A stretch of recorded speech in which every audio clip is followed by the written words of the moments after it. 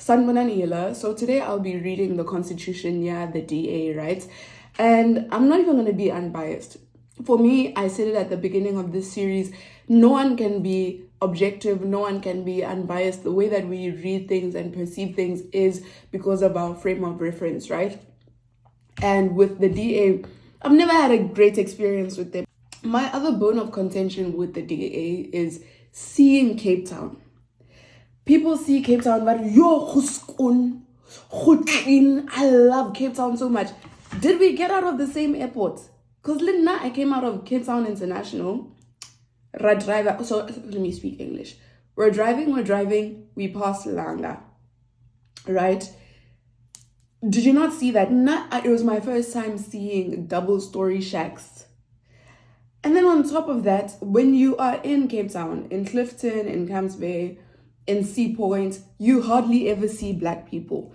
That sort of racial inequality is unnatural to me, even as someone who lives in Joburg, who knows the division between Sandton and Alexandra, who knows the division or the disparity between maybe Kliptown and Halton. Do you get what I'm saying?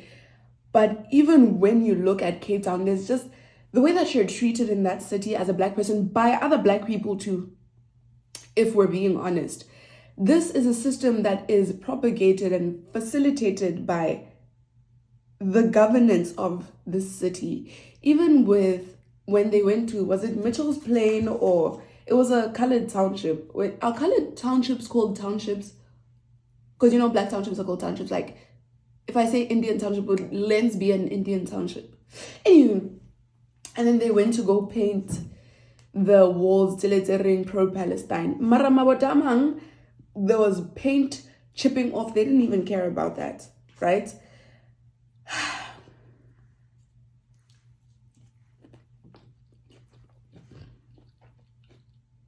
Any Black person who is in favor of the DA, I'm not afraid to say it, at all. But let's look at their policies. Guess what? I look at their policies, the first person I see. I don't even know if they're Black or colored. Nazli Sharif, they're probably colored. Also colored people. I love my colored people. But what is this allegiance that colored Cape Coloreds have with the DA? Like, what exactly has the DA done for Mitchell's Plain, for Hout Bay, for all these places that have solidified your solidarity towards them? And when I speak about the DA like this, make no mistake, I'm not pro-ANC. People will think that because I speak so about the DA, I'm pro-ANC. No thanks. Even now, I haven't found a political party that I could properly align myself with. I mean, there's political parties I've read about and I've reviewed here, and I'm like, oh, they're cute or whatever. But there's no political party that has sold the 2010 FIFA World Cup dream to me, if you get what I'm saying. So, let's see.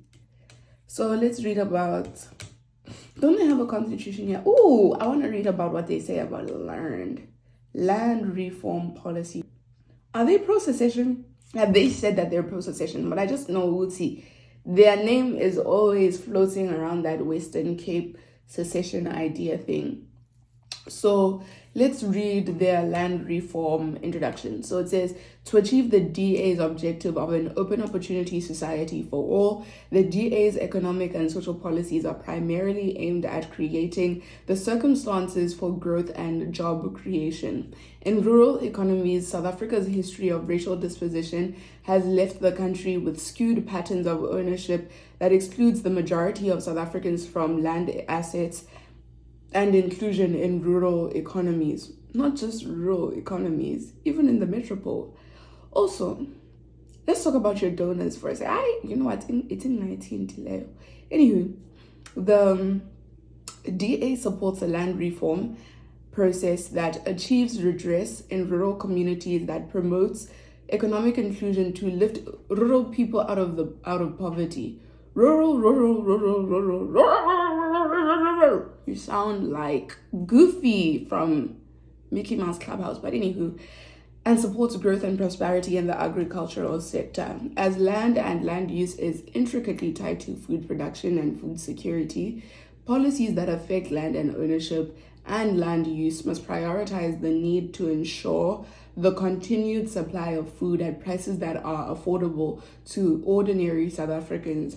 Progress in achieving equitable land ownership has been very slow, and the ANC government's land reform approach has not been successful in establishing an emerging class of commercial farmers in supporting subsistence farming to maintain and enhance food security in address. What's working? No, I don't like it when these political parties are very logaraic, because this is a whole paragraph and it's all one sentence. What's working? Sentence translate. Let me put this. Break this down for me, please. So this paragraph is saying that the ANC has failed to create a new class of commercial farmers, and that if they invested in the subsistence farmers, like from the ground, there would have been people who would have climbed their way to the top, which is a good analysis. And if you don't know the difference between subsistence and commercial farmers, so subsistence farmers are people that farm for themselves. Basically, you have umbona, mkopu, morojo, all these things in your garden, and then you farm them for your family or for your homestead, and that is subsistence farming, right? You're trying to sustain yourself. It's for sustenance. And then commercial farming is like the people that farm for liquid fruit or cereals or the big vineyards that you'll be seeing in Cape Town. That is a form of commercial farming, because you're commercially farming, like it's this huge, large scale. One thing about the DA that I noticed is that they love to rebuttal the ANC, right? And I think that is very powerful, because now it's like everyone who is against the DA is pro ANC, because they view their like ethos or their stance as an anti-ANC stance, I think. So that's why whenever I say something against the DA, these DA supporters will come to me and they're like, oh, you like Cyril Ramaphosa, you like all these people. No, don't be so dichotomous in your thinking. Don't be so small-minded. I can see in your profiles, Corley, you benefited from the marginalization that Black people went through in the Bantu education system. Therefore, I can't say that you're a Bantu kid. Obviously, you had a good education. So now why don't you use your brain to see that just because I'm not for the DA doesn't mean that I'm for the ANC. Anywho, so the DA approaches land reform based off of the following principles. So number one, land reform is a moral and political imperative and represents an opportunity to invigorate rural economies by giving rural dwellers, greater access to productive assets, right? The land reform program must look beyond rural land and address the land needs of South Africans who have historically been excluded from land and property ownership, including the need for access to urban land and housing opportunities. I asked that question and how they've answered. Their land reform strategy must be informed not by the need to achieve quantitative land targets, but by the following objectives. Number one, to support a thriving commercial agricultural sector that can protect South Africa's food security. Number two, to promote emerging small-scale farmers where economically viable. And number three, to alleviate poverty and to support household food security through appropriate assistance for subsistence agriculture. And the success of land reform should therefore be determined in terms of the livelihoods created or supported and economic value created rather than the hectares of land transformed. So basically their land reform policy, they will measure its success through qualitative methods of seeing its success more than quantitative. I like that, but it's supposed to be a balance in it. Yeah. Anywho, do you know, I'm not going to read all of it. Or it even speaks about the fact that white people own most of the land.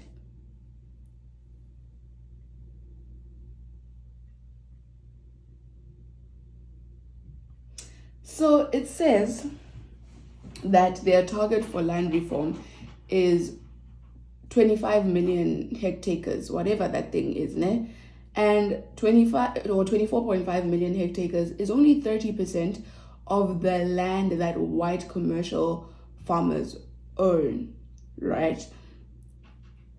So how are you going to ensure land reform, proper land reform, if you're gonna give black people only 30% of the land that white people own? If I'm misunderstanding, like, can you for me, balancisa me, as Shaka used to say on the Queen? And people who like to argue with me about South Africa's land distribution will be like, oh, well, the houses in Emakaya, no, there's no way that we only own like 4% of the agricultural land. South Africa is made out of 122 million hectares, whatever. And of those 122 million hectares, 100 million are for farmland, and 82 million of that 100 million is owned by white people. This is according to the DA. Maybe you'll only listen to me when I'm getting the information from the DA. And black people only own 3 million of the 100 million hectares. Anywho, I'm very bored by this, because I know they say this. They say equal distribution. How are you gonna do this equal distribution? To go this team salon. Didn't you guys establish a whole? No, not establish. Aren't you part of the people supporting? Hey, the Western Cape secession. Now you're saying that you want black people to have land. I feel like this is just for hush points, just to say, look, here we are, standing up for land reform.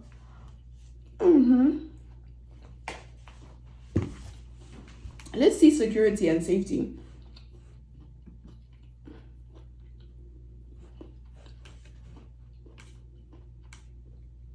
Okay, in order for people to be free and to pursue the lives they wish to live, they must live in a safe and secure environment. Very rich, coming from the people managing a province that had the most murderous city in the world. Because Cape Town was the most murderous city in the world at some point in time, like maybe 3-4 years ago, like Maloba.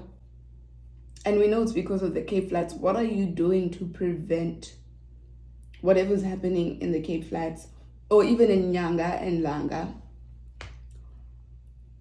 Anyway, so high levels of crime, in particular violent crime, and sometimes committed by the police themselves, has severely diminished public trust in law enforcement and other criminal justice institutions. We all agree. That's why there has been a rise of vigilantism in South Africa, right?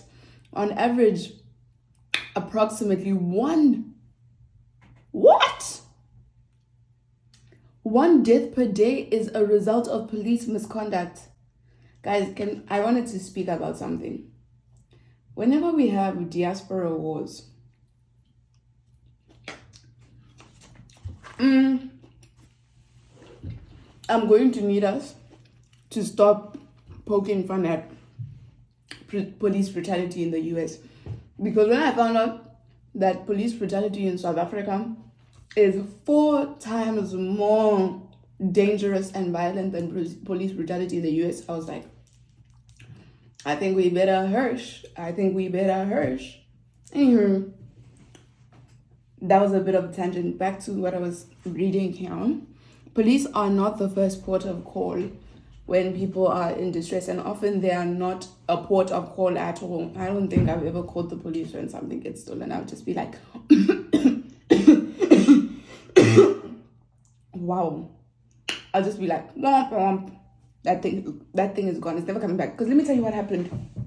The other time, I went to the police station there by Rosebank, and I was going to certify I was going to certify my passport or something, my passport copy. This guy was in a car accident, like you could see he was so disheveled and everything. And he was telling my bonisa, like, I was in a car accident, he was white. And they were like, oh, okay.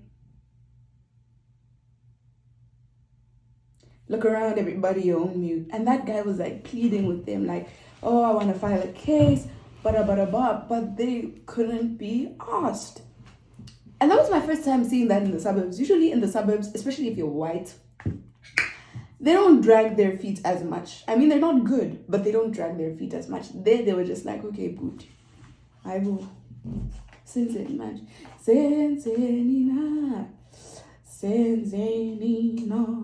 these are the key proposals. Number one, a whole of society and a whole of government approach to address the socioeconomic drivers of crime, as the police cannot achieve prevention alone and should probably not take the lead on it. I understand that, because even when you're looking at gender-based violence in South Africa, the climate crisis in South Africa has a direct effect on the rates of gender-based violence. Because what happens is, if there's a drought or if there's a flood, a lot of people tend to lose their jobs, right? And because of this job loss, then obviously couples who already have had a history of domestic violence, they'll be in the same house together, especially if the man is the breadwinner and now he has lost his job. And so what happens is, like, he will inflict that violence of leaving his job or being retrenched onto the woman in the house. And that's what was happening, especially in the drought area, like that very heavy drought, when, remember that heavy drought when like cows were dying, giraffes were dying, man, big bad. And we even used to end school early because we'd run out of water and stuff like that. And gender-based violence went up at that time because a lot of people were losing their jobs. And when people lose their jobs, there tends to be this distress. And because men have not been taught how to deal with their emotions and how to hold themselves accountable for some of their actions, they took their anger out on the women. And it's not because they lost the job that they took the anger out. It's because they haven't been taught self-control, right? But at the same time, there's still a direct correlation between the rise of climate crises and the rise of gender-based violence, or the rise of unemployment and the rise of gender-based violence in this country. It's actually quite crazy. Anywho, so then they also said one of their key proposals is a well-funded crime prevention strategy, very vague, and school-based interventions for identifying and supporting at-risk youth. So how do we define at-risk youth? Because what's your connotation to at-risk youth? Is it, black boys living in the township?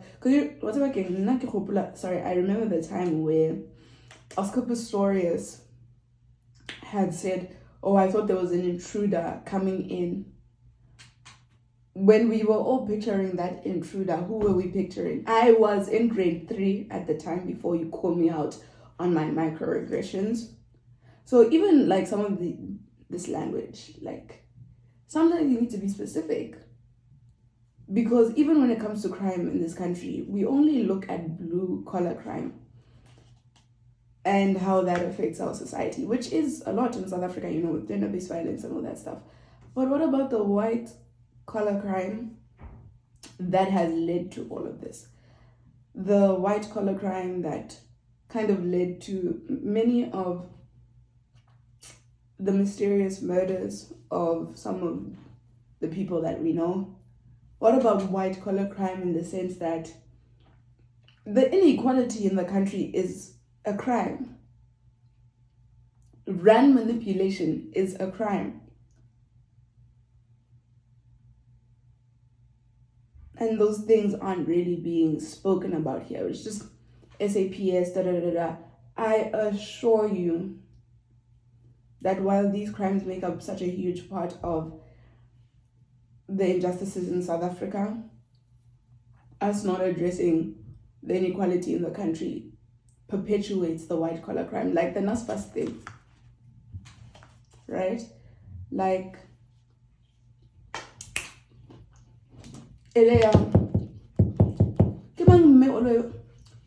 Her face kind of looks like